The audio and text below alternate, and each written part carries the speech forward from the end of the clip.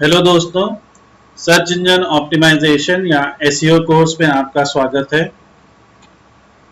पिछले चैप्टर में आपने सीखा था एसईओ क्या होता है।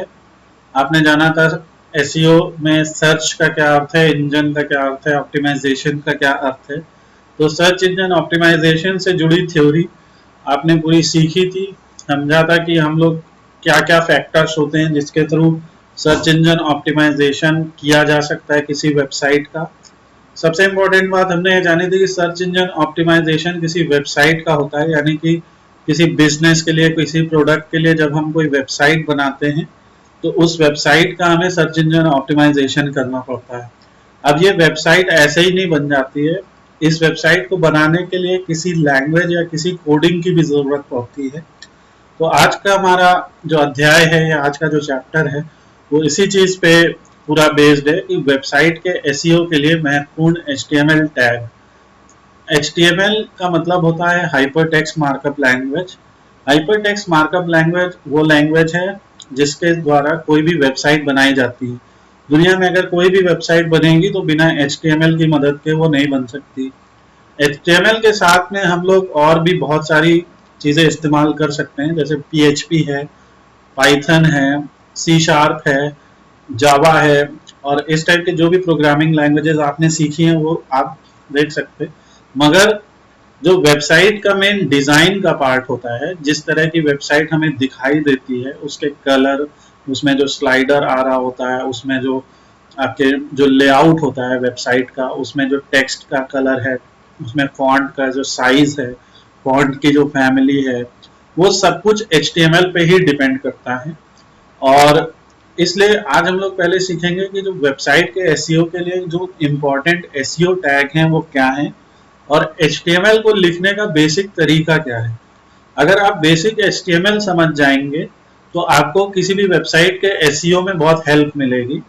और अब इसमें बात यह है कि आप एचटीएमएल को सीख के आप एक मास्टर भी बन सकते हैं कि हाँ, आपको एचटीएमएल पूरी तरह से आ जाए। एचटीएमएल से जुड़े जो इम्पोर्टेंट टैग्स हैं उनके वीडियो मैं शेयर कर दूंगा आप तक, आप उन वीडियो को देख सकते हैं। हमारे यूट्यूब चैनल्स पे भी ये वीडियोस पढ़ें। मगर अगर आपकी जॉब केवल सर्च इंजन ऑप्टिमाइजेशन की है तो आपका काम होगा वेब पेजेस का एसईओ करना, वेब पेजेस के कंटेंट को मॉनिटर करना, इस टाइप की चीजें। आपको कोडिंग में बहुत ज्यादा नहीं जाना पड़ेगा, मगर फिर भी आपको कोड समझ में आना चाहिए क्योंकि ऑप्टिमाइजेशन उसी पे डिपेंड करता है। तो अब हम शुरू करते हैं अपना एचटीएमएल का पहला चैप्टर।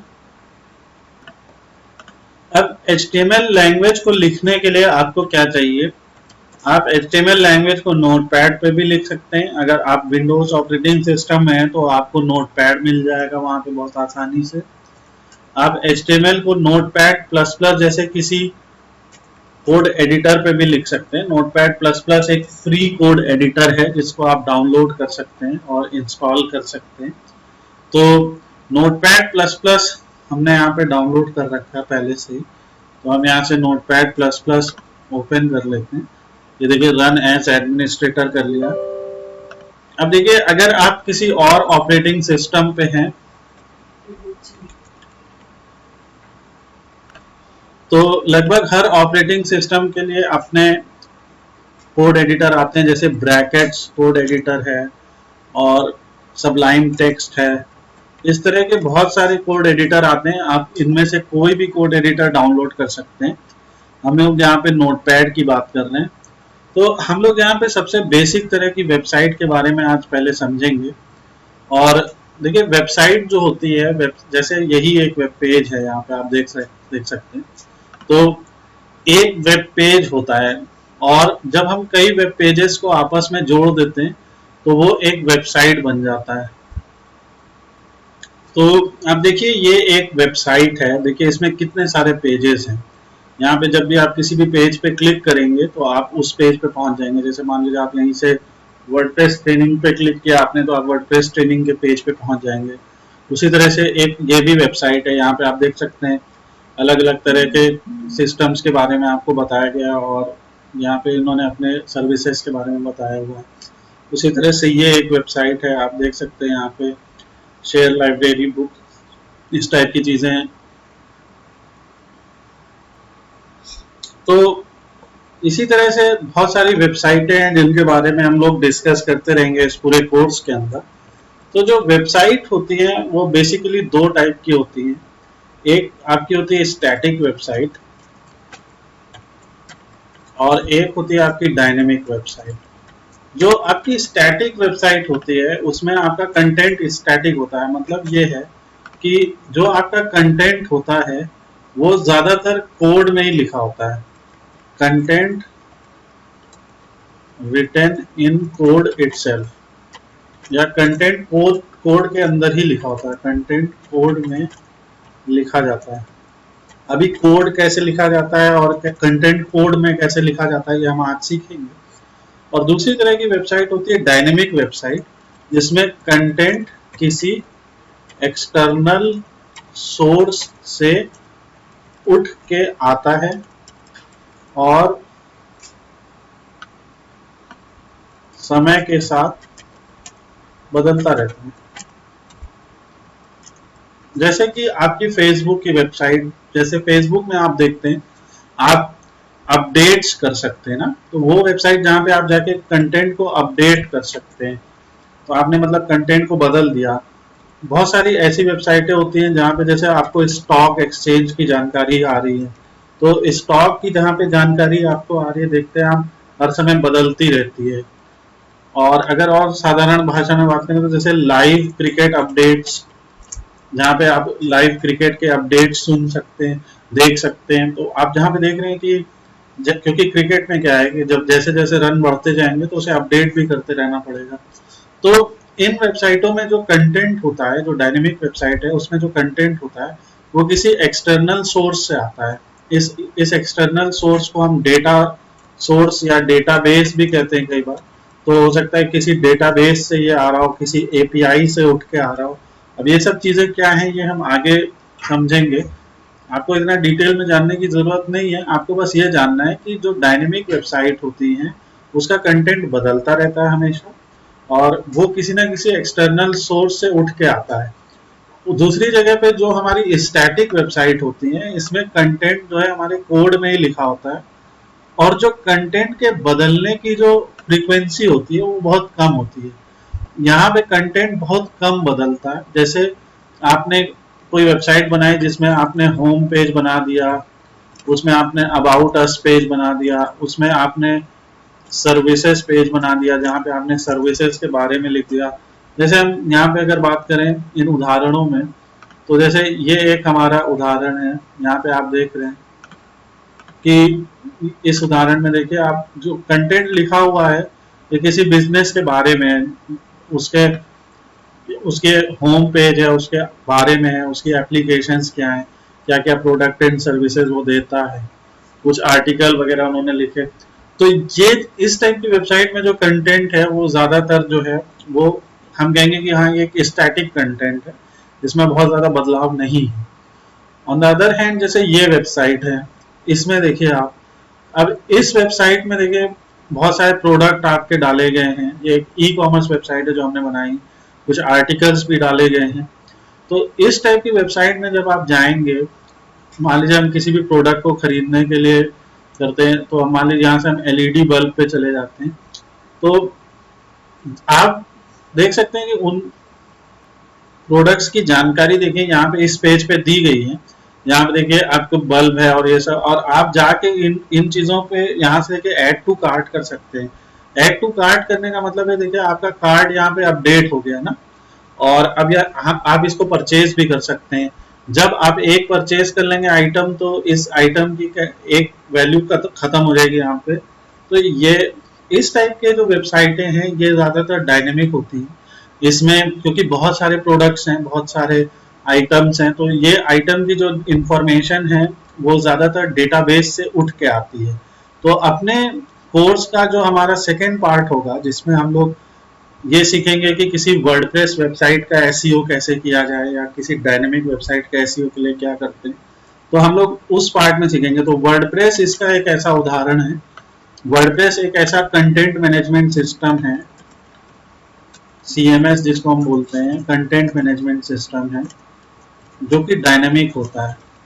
इसमें जो इंफॉर्मेशन स्टोर होती है वो डेटाबेस के अंदर स्टोर होती है, ठीक है। और जो हम लोग का ऑन द अदर हैंड जो हम लोग का स्टैटिक वेबसाइटें होती हैं, जो हम लोग की स्टैटिक वेबसाइटें ज़्यादातर HTML से ही लिखी जाती हैं। स्टैटिक वेबसाइट की स्टाइलिंग के लिए CSS का इस्तेमाल किया जाता है, और जिन लोगों को SEO का मतलब है उनको CSS को बहुत ज़्यादा डिटेल में नहीं जानना है, बस उन्हें ये जानना है CSS लिखी कैसे जाती है, और उन्हें HTML, तो आपको बस एक अगर ऊपरी जानकारी भी है HTML और CSS की, और अगर आपको ये जानकारी है कि कैसे लिखा जाता है, तो ही आप SEO कर पाएंगे बहुत आसानी से। तो अब हम लोग जो है अपना यहाँ पे आज का चैप्टर अब शुरू करते हैं कि हमें एक HTML वेबसाइट कैसे लिखी जाए, एक वेब पेज कैसे बनाया जाए। वो वेब पेज बनाना जो है हम लोग सीखेंगे, क्योंकि हमने अभी अभी ये जान लिया कि एक कोई भी वेबसाइट जो होती है वो या तो डायनेमिक होती है या स्टैटिक होती है, और चाहे डायनेमिक हो या स्टैटिक हो उसमें वेब पेज जरूर होता है। और ये वेब पेज जो है, जब कई वेब पेज आपस में मिल जाते हैं तो वो वेबसाइट कहलाई जाती है। कई बार कोई वेबसाइट ऐसी भी हो सकती है जिसमें वन पेज वेबसाइट हो, उसको हम लोग वन पेज या सिंगल पेज वेबसाइट बोलते हैं। तो वेबसाइट का काम है इंफॉर्मेशन देना, अपने क्लाइंट्स को अपने बिजनेस के बारे में, अपने प्रोडक्ट के बारे में, अपनी सर्विसेज के बारे में बताना। तो वेबसाइट का मेन काम क्या है? प्रोडक्ट, सर्विस और अपने बिजनेस के बारे में इंफॉर्मेशन देना। अगर हम बिजनेस के टर्म्स में बात करें तो वेबसाइट वन पेज भी हो सकती है, टू पेज भी हो सकती है, या एनी नंबर ऑफ पेजेस भी हो सकते हैं उसमें। जब वेबसाइट में 7-8 पेज ही होते हैं, जैसे मान लीजिए हम कहते हैं 7-8 पेज हैं, तो 7-8 पेज की वेबसाइटें, जो ज्यादातर 7-8 पेज की वेबसाइटें होती हैं, वो आपकी ये जो है आपकी स्टैटिक वेबसाइट में ही आ जाती हैं, जिसमें 7-8 पेज ही होते हैं, और उनमें जो मौजूद इंफॉर्मेशन है वो ज्यादा बदलती नहीं। सिर्फ जैसे about us, contact us, services, इन सब की जानकारी हमने एक बार लिख दी, एक तरह से प्रोफाइल बना दी कंपनी की, और अब इनमें ज्यादा चेंजेस नहीं होते हैं। मगर यही अगर 7-8 पेज की वेबसाइट में साथ में हम एक ब्लॉग जोड़ दें, ठीक है, जिसमें हम ब्लॉग में क्या लिखते हैं, हम लोग आर्टिकल लिखते हैं, तो हम साथ में आर्टिकल लिखना शुरू कर दें, तो वो 7-8 पेज की वेबसाइट आपकी वही वेबसाइट डायनेमिक बदल जाएगी। अगर ब्लॉग आ गया उसमें तो वो डायनेमिक बन जाती है, एक तरह से आप ये कह सकते हैं। उसी में आपने यूजर रजिस्ट्रेशन और ये सब चीजें दे दी तो वो सब जो है डायनेमिक के अंदर आ जाता है। तो धीरे धीरे आप समझ जाएंगे क्या अंतर है। अभी के लिए आपको ये जानना जरूरी है कि स्टैटिक वेबसाइट वो वेबसाइट होती है जिसमें कंटेंट में ज्यादा बदलाव नहीं होता है, और कंटेंट का जो सोर्स है वो कोड ही होता है।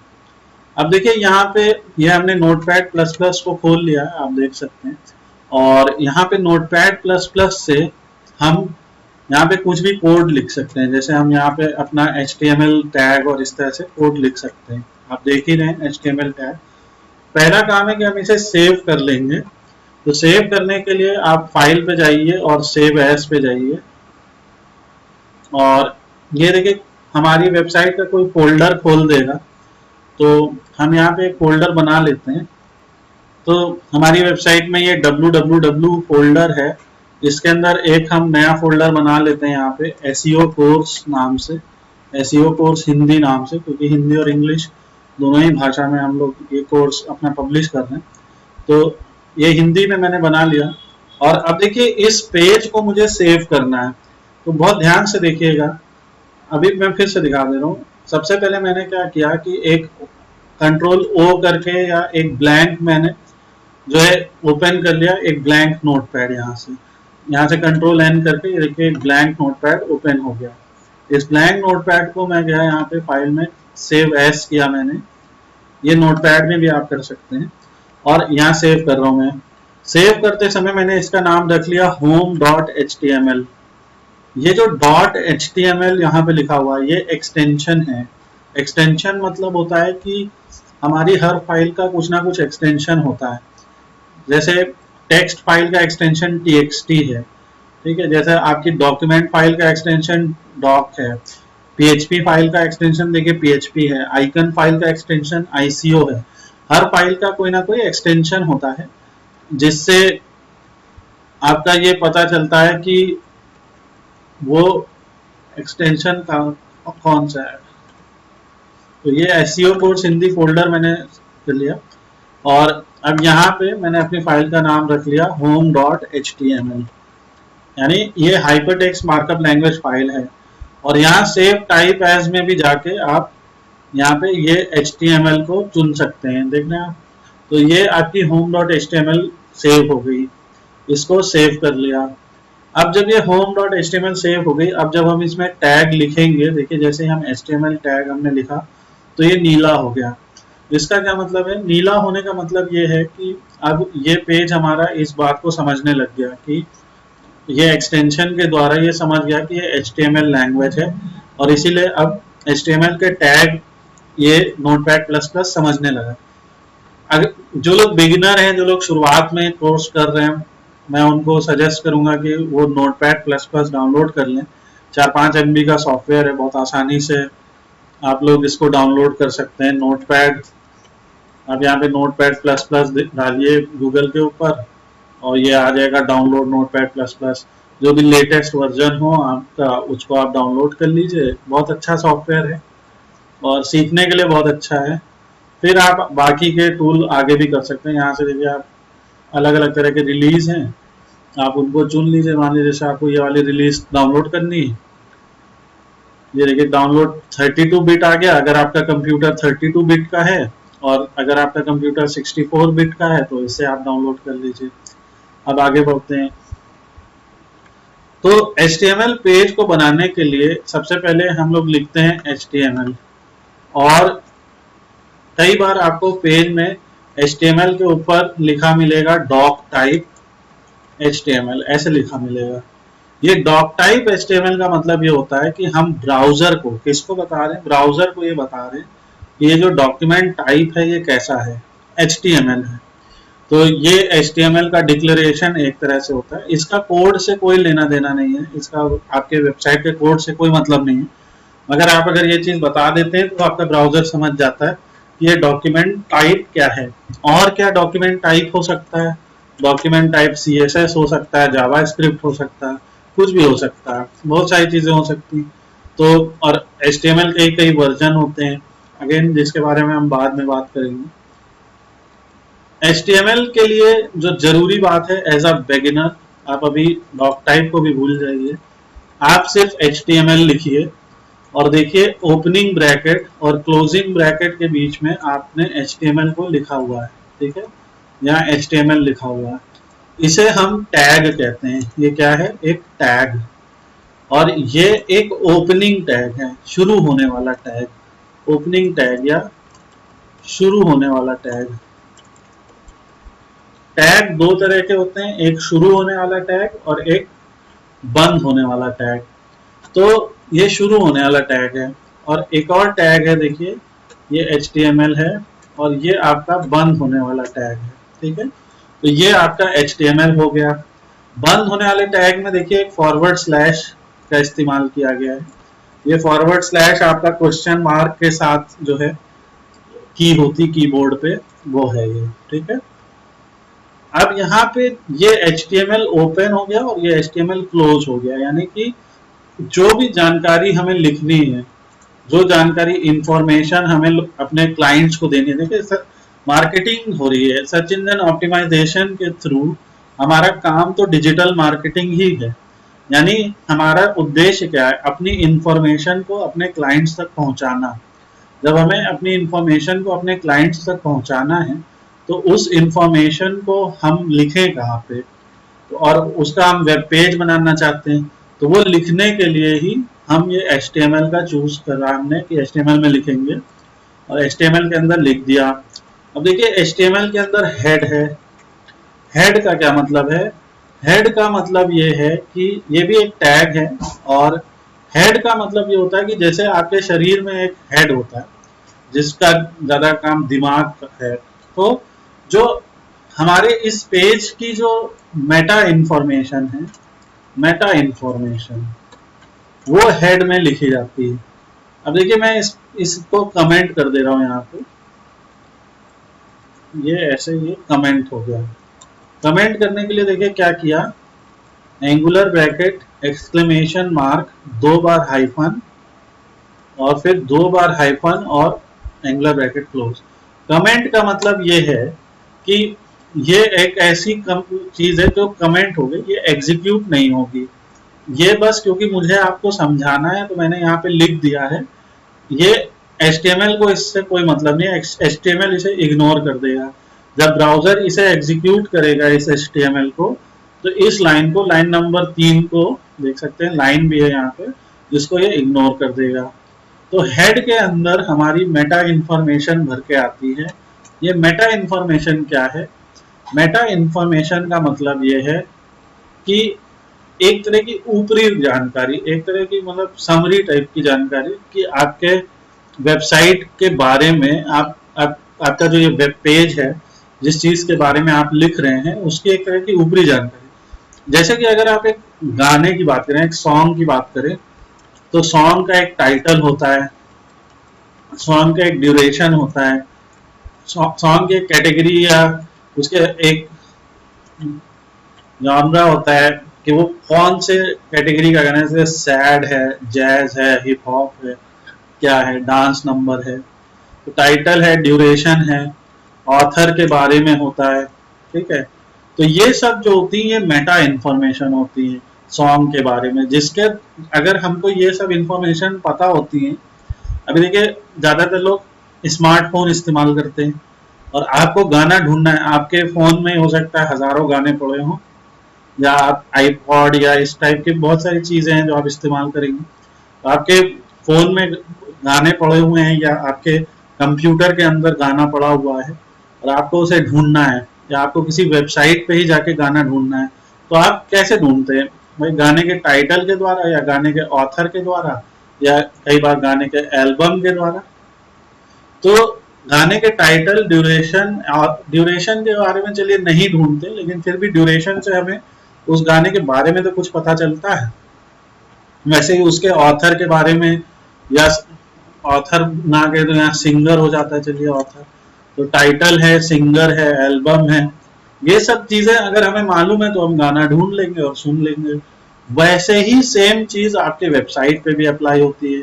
आपके वेबसाइट की भी एक मेटा इंफॉर्मेशन होती है। तो जो सबसे पहली मेटा इंफॉर्मेशन और जो सबसे इम्पोर्टेंट मेटा इंफॉर्मेशन है वो टाइटल है।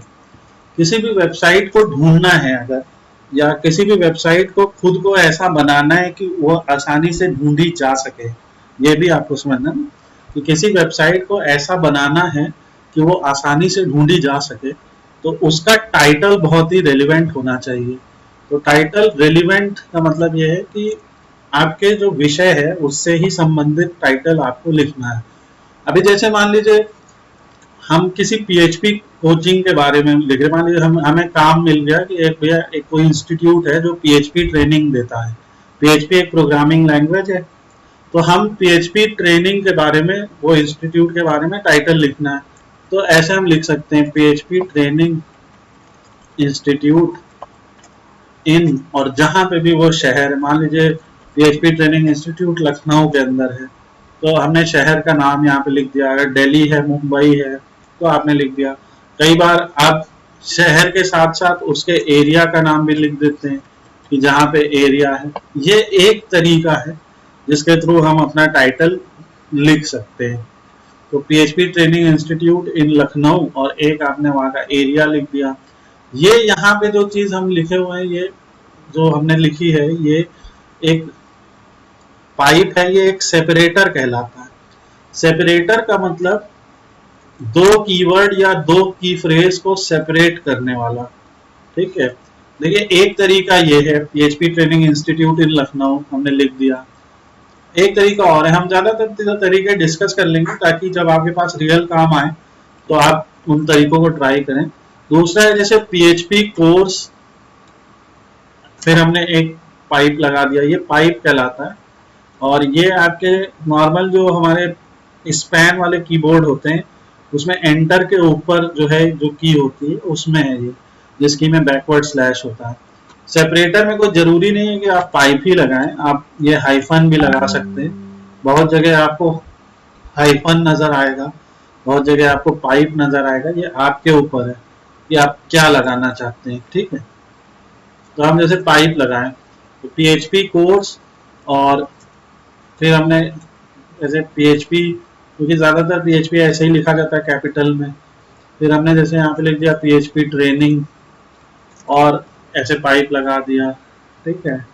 और फिर तीसरा हमने लिख दिया PHP इंस्टीट्यूट, जिसको हम नीचे ले आ रहे हैं ताकि आपको दिखे। तो आप देखिए टाइटल यहाँ शुरू हुआ और यहाँ पे बंद हुआ टाइटल। इसका मतलब हो गया टैग का कि ये जो टाइटल है वो यहाँ शुरू हो रहा है, यहाँ बंद हो रहा है, और जो भी इंफॉर्मेशन हमें देनी है टाइटल में, जो हम सामने वाले को दिखाना चाहते हैं, या हम अपने पेज को क्या बनाना है कि वो सर्च में टॉप में आए, और सर्च में टॉप में आए हमारा काम। जैसे एक उदाहरण के लिए हमने ले लिया कि हम PHP सिखाते हैं, तो अगर हम PHP सिखाते हैं तो जब कोई PHP कोर्स या PHP ट्रेनिंग या PHP इंस्टीट्यूट इस टाइप की चीजें सर्च करेगा तो हम तक वो आ पाएगा। अब देखिए यहाँ पे बहुत सारी चीजें और आ जाती हैं कि हमें कैसे पता कि वो PHP कोर्स ही सर्च करेगा, हमें कैसे पता कि वो PHP ट्रेनिंग ही सर्च करेगा या PHP इंस्टीट्यूट ही सर्च करेगा। तो इसके लिए हम लोगों को थोड़ी कीवर्ड रिसर्च करनी पड़ती है। तो इसके लिए हम अगला चैप्टर अपना देखेंगे जहाँ पे हम लोग कीवर्ड रिसर्च के बारे में पूरा अच्छे से सीखेंगे कि कीवर्ड रिसर्च कैसे की जा सकती है। तो कीवर्ड रिसर्च SEO के लिए बहुत जरूरी है। एक छोटा सा हम हिंट आज देते हैं आपको और फिर आप उसको फॉलो कीजिएगा। देखिए गूगल का एक बहुत अच्छा टूल है जिसको हम गूगल ट्रेंड एक्सप्लोरर बोलते हैं। तो आप ऐसे लिखिए google.com/trend/explore, देखिए खुलता है। एक सेकंड हम सही URL यहाँ टाइप करते हैं। तो ये URL खोल लिया हमने यहाँ पे, ये आप देख सकते हैं trends.google.com/trends.explore। ये URL हम शेयर भी कर देंगे अपने कोर्स के साथ, या आप सीधे गूगल पे जाके गूगल ट्रेंड एक्सप्लोरर सर्च कर सकते हैं। अब इस टूल का काम हमारे कीवर्ड रिसर्च से रिलेटेड क्या है। देखिए अगर कोई हमारे पास काम आता है जिस काम में हमें साफ तौर पे ये पता है कि जैसे वो PHP पढ़ा रहे, जैसे PHP कोर्स है, या जैसे कोई सोलर पैनल बेचने वाली कंपनी है, वो सोलर पैनल सेल कर रही है, या कोई कंपनी है जो लैपटॉप मैन्युफैक्चरिंग करती है, लैपटॉप मैन्युफैक्चरिंग कर रही है, तो हमें जो है पता होता है कि ये कंपनी क्या कर रही है, और कुछ कीवर्ड हमारे जो बिजनेस की नॉलेज है, जो हमारी अपनी कॉमन सेंस है, उससे ही हमें समझ में आ जाते हैं। तो जैसे मान लीजिए आज के टॉपिक को अगर डिस्कस करें तो हमें जैसे PHP कोर्स है ये समझ में आ गया कि PHP कोर्स है, PHP ट्रेनिंग है, PHP इंस्टीट्यूट है। हम यहाँ पे शहर का नाम भी लिख सकते हैं ऑब्वियसली, PHP कोर्स, मान लीजिए हम ऐसे लिखते हैं PHP कोर्स लखनऊ। ये बात की बात है, पहले हम लोग कीवर्ड या की फ्रेज पे डिपेंड कर रहा है। तो हमें अब ये जानना है कि PHP कोर्स, PHP ट्रेनिंग या PHP इंस्टीट्यूट ये सर्च होता भी है कि नहीं, और सर्च होता है तो इनमें इन तीनों में कौन ज्यादा सर्च होता है। तो अगर ऐसा कुछ कंपैरिजन आपको करना है तो उसके लिए हम लोग ये गूगल कीवर्ड एक्सप्लोरर को जो है, या गूगल ट्रेंड एक्सप्लोरर को हम यूज कर सकते हैं। और जैसे हमने यहाँ पे लिखा PHP कोर्स, पहला ये हम लोग का सर्च टर्म बन गया। देखिए इसको सर्च टर्म हमें रखना है। दूसरा हमने लिखा PHP ट्रेनिंग, ये दूसरा सर्च टर्म बन गया। अब इन दो सर्च टर्म में हमें देखिए दिख रहा है कि यहाँ एक कंपटीशन है, और ये पिछले 12 महीने का वर्ल्ड वाइड डेटा है।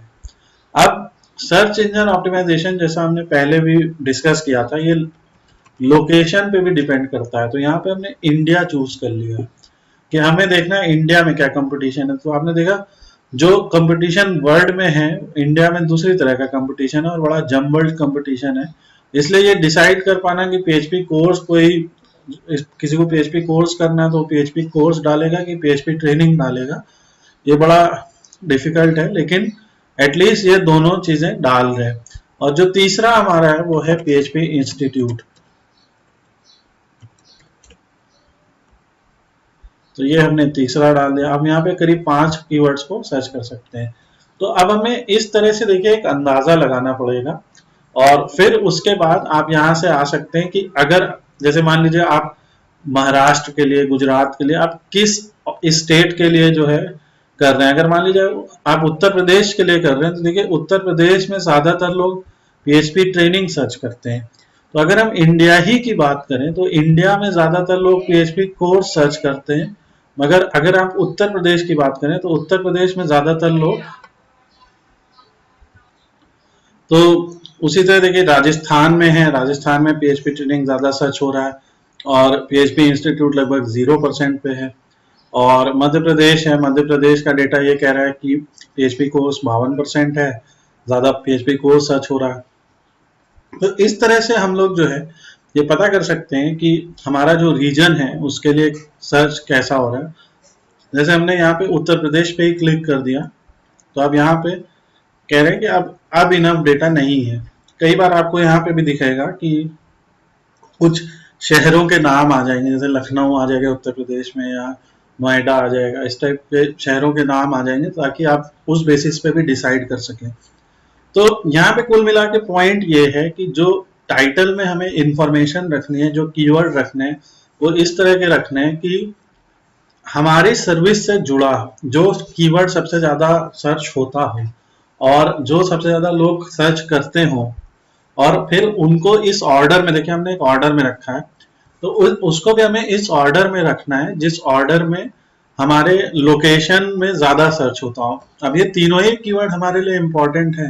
मान लीजिए मैं लखनऊ करना है तो हम PHP institute in Lucknow and में लिख देते हैं, तो ये एक चीज हो गई। तो इस चीज को हमने यहाँ पे लिखा तो ये मेरा टाइटल हो गया। अब देखिए यहाँ पे हम कुछ चीजें सर्च करते हैं पहले और फिर आपको उसका रिजल्ट दिखाते हैं यहाँ पे।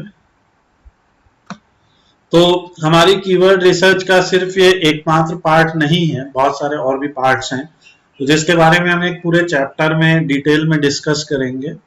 दूसरी चीज जो हम यहाँ पे डिस्कस करना चाहते हैं कि जब हम कोई टाइटल लिखते हैं, किसी भी वेब पेज का हम टाइटल लिखते हैं हेड में, तो उसके मेटा टाइटल को लिखते समय एक लेंथ भी होती है। तो जो कीवर्ड की जो प्रिस्क्राइब्ड लेंथ है वो करीब, आपको बहुत ज्यादा यहाँ पे नहीं लिख देना है, आपको 60 से 70 कैरेक्टर्स के बीच में लिखना है। कैरेक्टर्स की बात हो रही है, वर्ड्स की बात नहीं हो रही है। मतलब जैसे पीएचपी में 3 कैरेक्टर हैं, फिर एक स्पेस है, फिर कोर्स में 6 कैरेक्टर हैं, फिर एक स्पेस है, फिर ये पाइप है। और इस पाइप की जगह आपकी चॉइस है कि आप हाइफन यूज करें या क्या यूज करें, वो आपके ऊपर है। तो ये 70 कैरेक्टर होना चाहिए। हम ऐसा क्यों कह रहे हैं ये 70 कैरेक्टर होना चाहिए? आप जैसे मान लीजिए कभी कोई सर्च करते हैं, जैसे मान लीजिए हमने यहाँ पे सर्च किया कि slide scope presentation on education, तो कई रिजल्ट आए हमारे सामने। अब देखिए यहाँ पे जो रिजल्ट हमारे सामने आ रहा है, इस रिजल्ट में क्योंकि 70 से कम कैरेक्टर है इसलिए ये रिजल्ट पूरी तरह से हमें यहाँ पे नजर आ रहा है, देख रहे हैं आप। वैसे ही यहाँ पे क्रिएट योर प्रेजेंटेशन और यहाँ पे भी आपको 70 से कम है इसलिए ये पूरा टाइटल हमें नजर आ रहा है।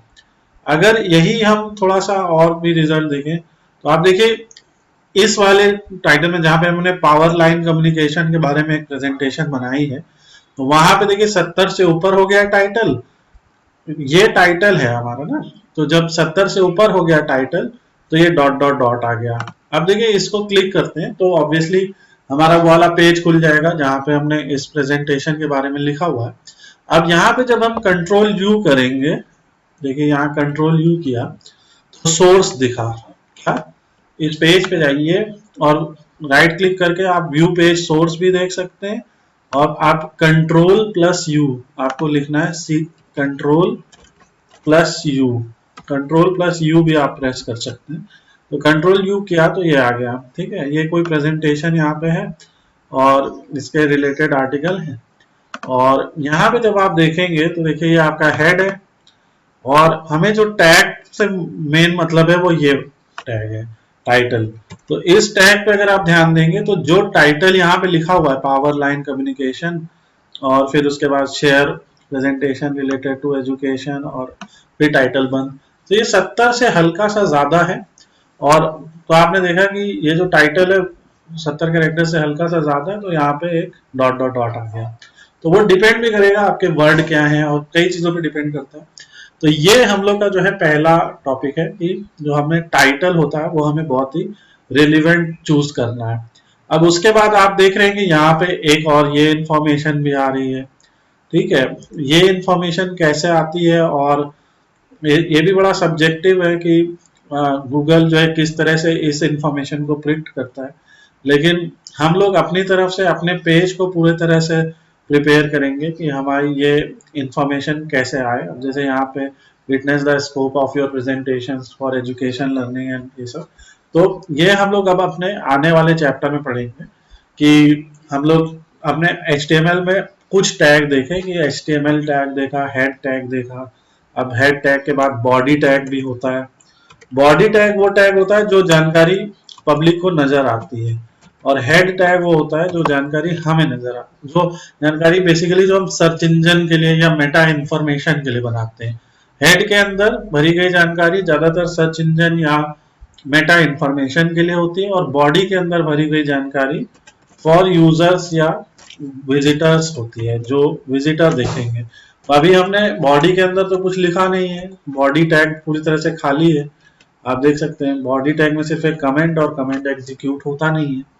तो अब ये जो पेज है हमने सेव किया हुआ है इसको एसईओ कोर्स हिंदी में एक फोल्डर में, तो पहले उस फोल्डर को खोल लेते हैं।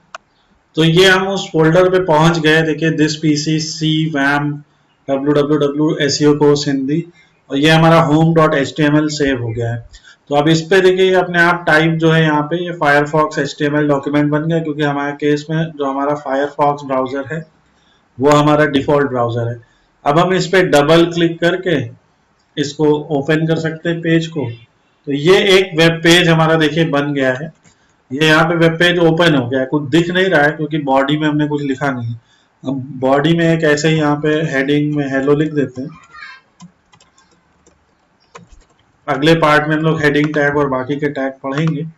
तो जैसे हमने यहाँ पे हेलो लिख दिया, तो देखिए आपने हेलो लिख के आ गया, और ये देखिए यहाँ पे ये टाइटल इस तरह से लिख के आ गया। अब अगर मान लीजिए, और ये वेब पेज का सोर्स आ गया जो हमने वहां पे लिखा था।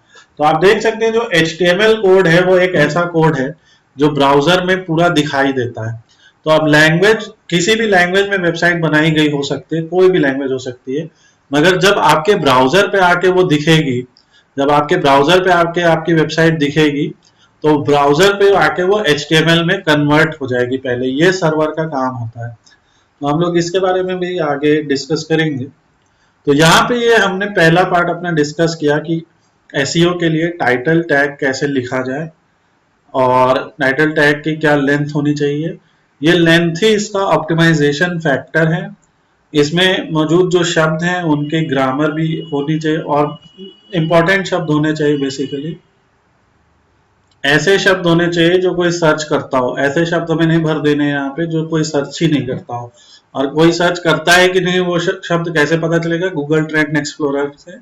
गूगल ट्रेंड एक्सप्लोरर आप जो है खोज सकते हैं, गूगल ट्रेंड, और इसके बारे में हम लोग और भी चर्चा करेंगे गूगल ट्रेंड एक्सप्लोरर के बारे में, कि हम लोग कीवर्ड रिसर्च के साथ गूगल ट्रेंड एक्सप्लोरर को किस तरह से मिक्स कर सकते हैं। ये हम लोग का जो टॉपिक है, इसको ये अगर आपको अच्छा लग रहा है तो आप हमारे साथ बने रहिए, हम लोग और भी अभी आगे डिस्कस करेंगे। और अगर आपको हमारा ये टॉपिक अच्छा लग रहा है तो हमारे जो सोशल मीडिया है, आप उस सोशल मीडिया पे जाके हमसे जो है जुड़ सकते हैं। तो आप हमारे चाहे इंस्टाग्राम है, फेसबुक है, चाहे यूट्यूब है, सब पे जाके आप हमसे हमें सब्सक्राइब कर सकते हैं, फॉलो कर सकते हैं। ये वीडियो देखने के लिए धन्यवाद। आपका दिन शुभ रहे।